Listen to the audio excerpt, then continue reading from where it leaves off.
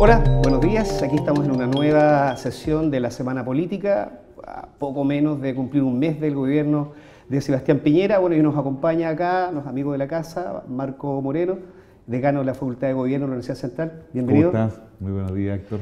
Y el regreso de Mirko Macari después de unas semanas fuera también de las pistas. Una semana sabática en la clínica. Muy bien, ¿eh? Se nota el cambio, por lo menos.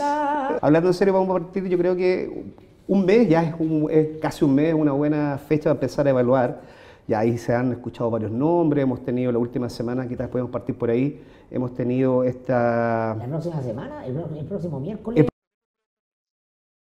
3 semanas. Pero hace poco la noticia que estuvo aquí en la semana, estos famosos acuerdos nacionales y cómo también esta idea de la Comisión por el lado de la infancia hizo también, como nosotros llamamos, dar vuelta en trompo al Frente Amplio. ¿Qué visión tú tenías a esta semana de estos famosos acuerdos nacionales y cómo lo han tomado el Frente Amplio?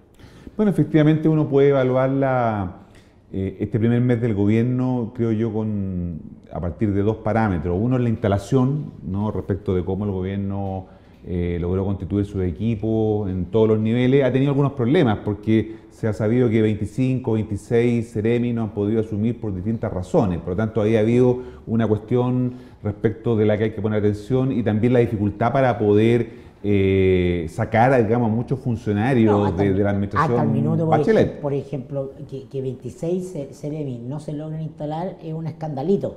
Sí, sí. Y lo ha logrado, el gobierno mantiene cierto control de la agenda porque ha logrado pasar piola. Están despidiendo funcionarios públicos a rajatabla y también ha pasado piola.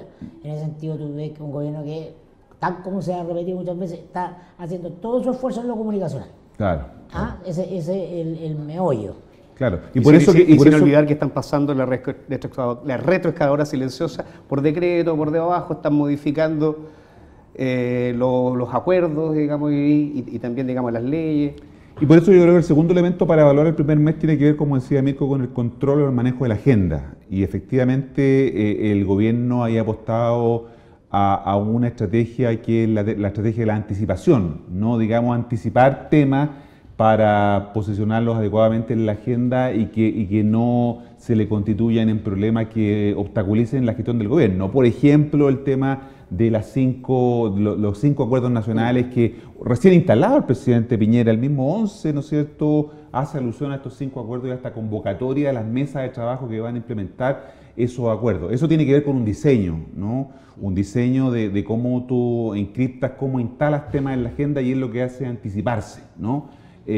Por lo tanto, ese es un elemento que hay que tener en cuenta. Creo que es un gobierno muy preocupado por el tema de las comunicaciones, ¿no? Gobernar es comunicar. Como decían los radicales, gobernar es educar. La máxima en este tiempo de gobernar es comunicar. El gobierno viene a rajatabla, formateado en ese mono, en ese discurso, en ese software.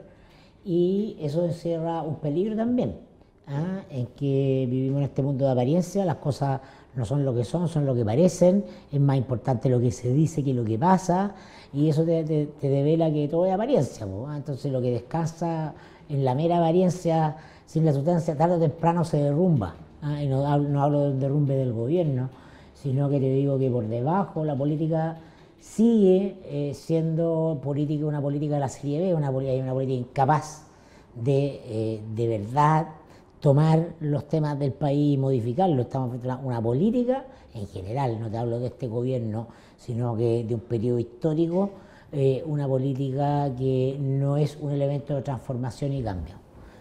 Y por lo tanto es solamente una mera gestión que descansa en el marketing comunicacional de la misma. Claro, pero porque eso tiene que ver también con que estamos insertos en Chile, diría yo, se ha instalado con fuerza en el país un modelo de democracia de audiencia. Básicamente la democracia que tenemos hoy día tiene que ver mucho con la teledemocracia.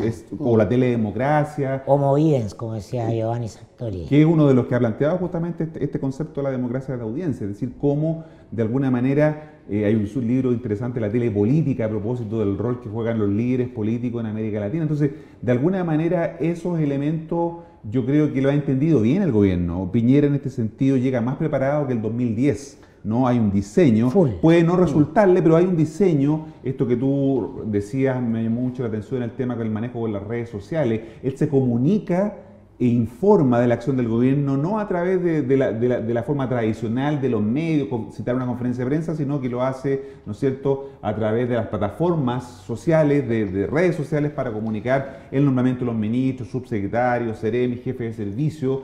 Ahora eso no es subiendo al techo el otro día, no sabemos muy bien qué es lo que se grabó y qué es lo que va a salir en relación con esa acción que hizo el presidente Piñera, que mucho le llamó la atención. Sí, ahora no sé si eso será por llamarse innovación, o sea, lo que vemos es que usar estrategias en políticas digitales no, lo han hecho desde antes, digamos, del Brexit, se comprobó con Obama, se repitió con Trump, tampoco es una innovación. Yo creo que efectivamente lo que parece ser una garantía también puede ser un peligro, es cosa de ver también o preguntarse. Yo me pregunto, por ejemplo, cuáles son los datos que maneja, por ejemplo, Celume, cuáles son los datos que va a empezar a trabajar para poder definir también, digamos, desde la SECOM su estrategia comunicacional, porque uno puede pensar si él viene de la data, si él tuvo una empresa que lo que hacía era identificar los datos, ¿a partir de qué? A partir de los me gusta, del Facebook, un poco haciendo una analogía con Cambridge Analytica.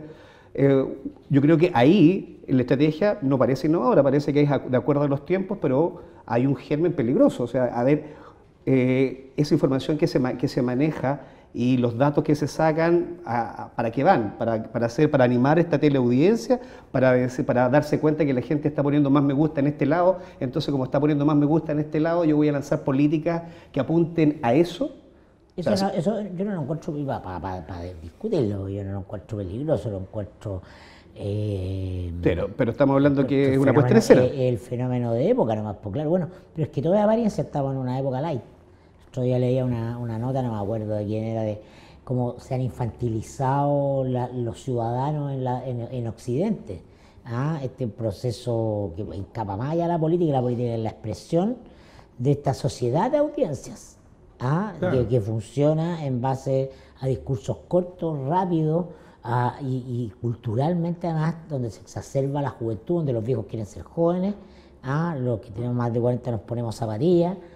Entonces, soy joven. No está valorada la sabiduría, no está valorada el aquilatamiento de lo hecho, no está la mesura, el discurso armado en base a lo complejo, sino que todo tiene que ser simple, rápido, aparente, fresco, bonito.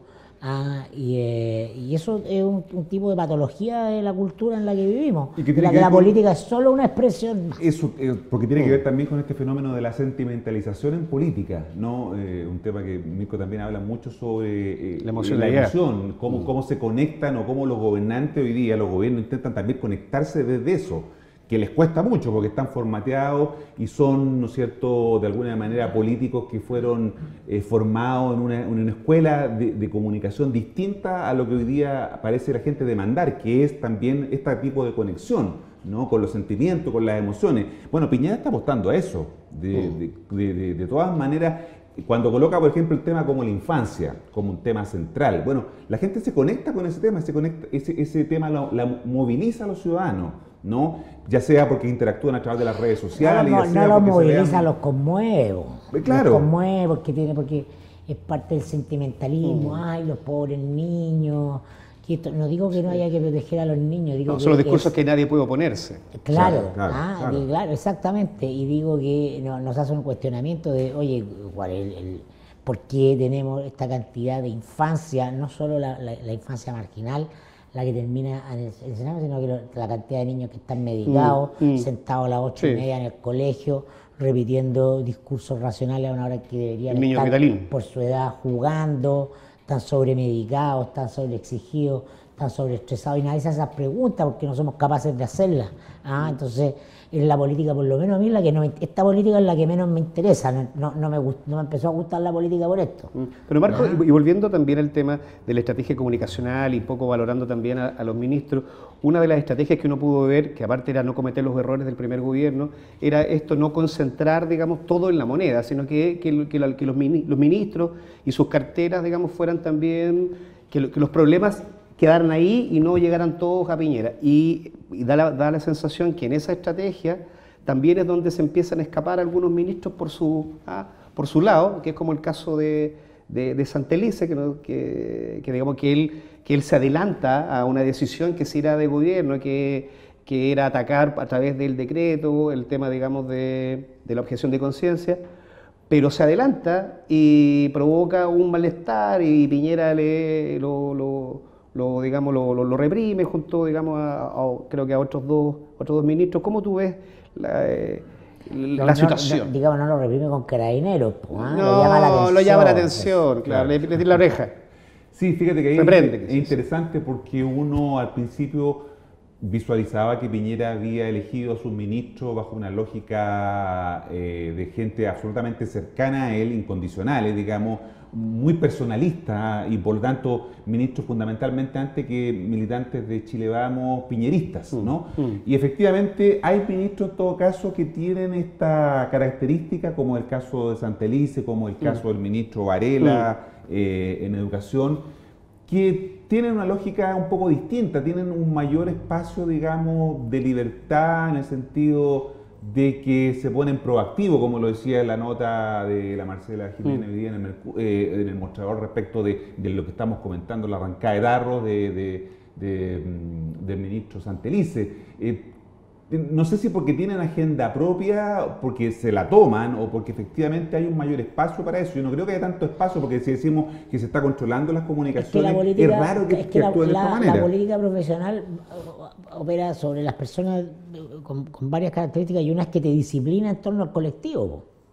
Claro, el parlamento, que el parlamentario, que los ministros que son parlamentarios han sido parlamentarios por años, no van a tener ese rol, porque saben que primero se pregunta a la bancada, al jefe del partido, se consensúa en torno a un colectivo. El que viene del mundo privado, como el ministro de Salud, viene de la dinámica, esto estoy a cargo ya, pues gerenteo. Claro.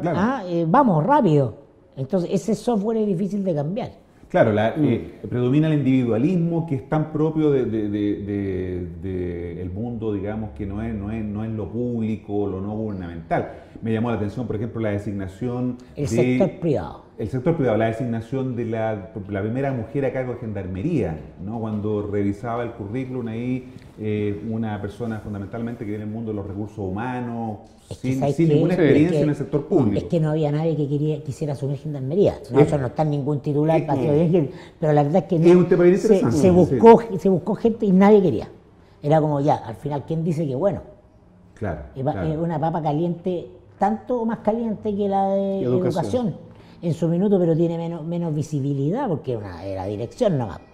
Claro. Pero es alguien que va a ir a asumir un problema que no se puede arreglar. Claro, y el costo, por lo tanto, de sacarlos, como no son militantes políticos, un fusible rápido, claro. No va a ser muy significativo si es que en algún momento hay que sacarlo, no va a haber ningún problema. Pero te garantizo, porque esos son cotos de casa de redes políticas, por ejemplo, Gendarmería. Siempre lo fue. Si llega una persona a gerentear sin criterio político, esa cuestión es paro, es conflicto, la van a hacer en la cama. ¿Qué es el caso? Por eso te digo, o sea, lo que tú vayas a tener, el ejecutivo que viene a administrar esto de acuerdo al manual, a como se hace en el mundo privado, se va a encontrar con un quilombo gigante. Porque en general la dinámica política es la de que grupos que capturan aparatos del Estado, y Gendarmería está ultra capturado. Totalmente. Hasta la señora Desbordes estaba contratada ahí, po. Claro. ¿Cómo habrá sido? Entonces se va a empezar a recibir al llamado del presidente del partido, directora, mire, tenemos una persona que nos gustaría instalar. ¿Qué hacía él? ¿Qué hace un gerente de recursos humanos con esa? No, y además tenéis problemas que son internos y son importantes. O sea, son una institución, en este caso de los gendarmes, que es armada y tienen sindicatos súper poderosos, te paran las cárceles. Para Gendarmería 3 días. Claro. Sí, ahí aparentemente, en esa designación, quizás también en otra, pero en esta se ve más claro que el diseño no funcionó tan bien porque efectivamente tenés que recurrir a una persona que tiene un buen currículum en el mundo privado, en no entender que el problema de las cárceles en Chile, de la institución de Gendarmería, es más complejo que la sola eficiencia administrativa o directiva de una institución, ¿no? El problema es mucho más complejo. Por eso los gobiernos hacen siempre un tipo de cálculo, ¿no? Un cálculo tecnopolítico, podríamos decir. Sí, pero en este caso creo que hay una apuesta más bien al azar que de un cálculo tecnopolítico. No hubo cálculo tecnopolítico en el caso de la designación. Pero aún habiéndolo, como dice Mirko, es un problema que no parece resolverse. Si la Corte Suprema todos los años, la Fiscalía de la Corte Suprema todos los años dice que el hacinamiento ya no se aguanta más, que la violación de los derechos humanos es constante. O sea, todos los años la Corte Suprema con la Fiscalía hace ese informe. Y aun cuando hagan un cálculo tecnopolítico poniendo una persona o poniendo otra, ese problema persiste. Sí, a mí yo quería ir al tema de los problemas sectoriales, a enfocar lo que fue la gestión de Ampuero del canciller, que pasó un poco colada. Porque es un asunto donde no tiene flanco, en el sentido de que ningún grupo político le va a salir a pegar, porque está esta cosa chilena de que aquí vamos todos juntos, un tema de Estado, que es una mentira, porque el nacionalismo que surge a partir de... Nos hundimos todos, nos estamos hundiendo con el tema de Bolivia hace rato, pero como se hunden todos, nadie levanta el dedo. Es una cosa bien sui generis. Aquí la política exterior no sea objeto de debate, de fiscalización, y estamos en un discurso de quinto básico de apego a las reglas del derecho internacional. A mí me llamó la atención una cosa que no quiero decir si Ampuero lo hizo bien o mal. Quiero decir cómo lo noté. Y lo noté sin poder, muy del discurso aprendido que tenía que tener de la política de Estado, y noté que de facto el canciller de Piñera era Heraldo Muñoz, o me da la sensación de que Heraldo captó la debilidad de Ampuero cuando se juntaron en diciembre y dijo, aquí voy yo. Y entonces se transformó en clave, el gobierno lo invitó para que fuera allá, disciplinadamente se puso a traer la foto, y cachó que ahí hay un business, en transformarse en un poder fáctico en la política exterior, dada la debilidad sectorial de Ampuero. Es decir, porque Heraldo le da cancha, tiro y lado. Entonces, en política, esta influencia no se traduce necesariamente en que tú aparezcas en los medios, y justamente y a la hora de tener una duda, Ampuero llama a Heraldo, no llama a Piñera. Claro. Esa es la sensación que me está dando. Sí, y tiene que ver también con que Heraldo Muñoz aprovecha esta coyuntura, evidentemente, porque él está buscando posicionarse también en la política interna, está apostando a unos cantos de sirena para convertirse en el presidente del PPD, ¿no? De una parte por lo menos que lo estaría apoyando, y evidentemente esta vitrina, esta exposición le sirve, pero evidentemente no sé si sea suficiente como va a ser presidente de un partido, y un partido que está en una situación crítica hoy día. Perdona, pero es más que nada rete. Entonces, en el tipo de partido que estamos, cualquiera es presidente de partido. Claro. Ahora, y claramente creo que Heraldo lo ha hecho bien, para su objetivo. O sea, me parece nefasto que el canciller de un gobierno se transforme en el canciller de facto del siguiente, que es de signo contrario. No me parece saludable. Pero ya, allá está, así está la política está privatizada, es un business, y por lo tanto él armó el suyo.